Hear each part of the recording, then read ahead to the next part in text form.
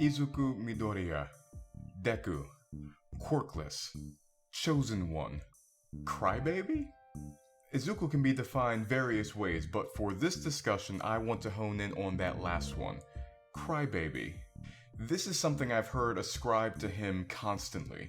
Though it is sometimes said with love, and sometimes annoyance, it is a term nevertheless that is one of dismissal of someone deemed to be crying too often. I'm not here to argue that Izuku is not one who cries often, but why he does, and how that informs his character going forward in the series. And big flashing warning, this will contain some spoilers, at the very least visual spoilers, of seasons 1 through 3, so if you haven't caught up, you have been warned.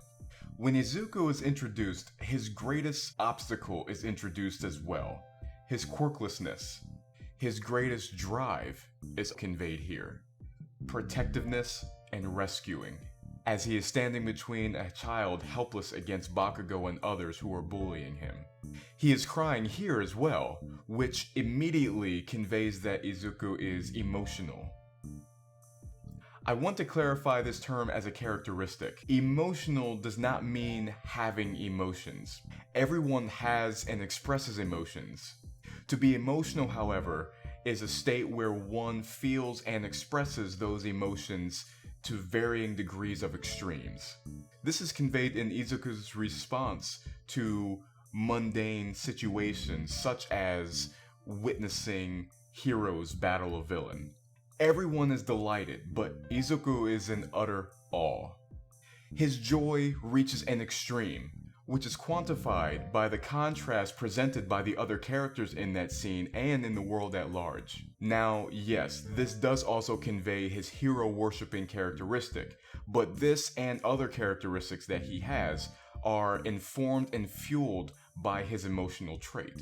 Given the state of his character at the beginning of the series, it's no wonder that the character cries as often as he does. He worships emotionally. He distresses emotionally. He rebukes emotionally. He rescues emotionally. But I'm getting ahead of myself. Izuku is living in a world where there is no place for him. Sure, there are plenty of quirkless people, at least 20% of the population, but those people are happy to live their lives quirkless, allowing the heroes to do their thing. However, Izuku is an outlier. His drive and his desire is to protect and to rescue, but there is no way that he can actually express that. His life is aimless and without purpose. Why would he not cry when he is told that he is quirkless? Why would he not cry when he is told that his dream, his purpose that he feels compelled to do, is impossible to execute? Why would an emotional character not cry when confronted with an empty life? And then why would he not cry when his hero gives him a direction to his aimlessness, a way to fill his emptiness, a way to fulfill his compelled purpose? And so Izuku enrolls at UA with the power of One for All. He still struggles with self-doubt and still is timid. He's new to all of this, but he perseveres emotionally. Eventually, now that he has a means to fulfill his purpose, and as he grows in strength and knowledge of his abilities, other character traits become stronger, such as his protective and rescuing nature, and others begin to arise, such as his competitiveness. His competitive nature looks nowhere close to Bakugo's, but of course that's because Bakugo is a hell of a lot more aggressive than the usually quiet and reserved Izuku. But it is there.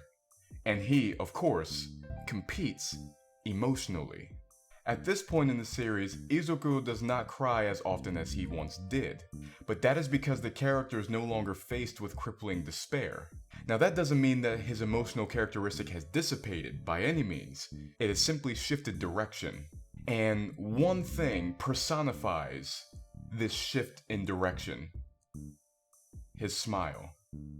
All Might was the symbol of peace. His smile was his symbol.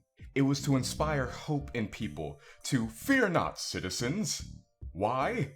because I am here. His smile was a comfort that they would be protected and that they are safe. After his injury, this did not change for the people, but it slightly changed for All Might. Now, his smile became a way of hiding the fear of that symbol fading away. It was stability, not just for the people, but for All Might as well. And Izuku wants to present that symbol as well, the symbol of his and everybody else's #1 hero. He wants to do it because All Might told him to smile. But his smile is different, because he can't contain his emotions. So his smile, instead of the stable and resolute smile of All Might, Izuku's smile is unstable, teeming and crackling with energy and force. A rushing body of water beating up against a failing, cracked dam. But equally as powerful, equally as protective, equally as determined. This is the new symbol. The new age of heroes that Izuku is leading the charge of. There was once All Might, the undaunted, symbolic hero. Now, it's your turn. There is Deku, the driven, persevering, emotional hero.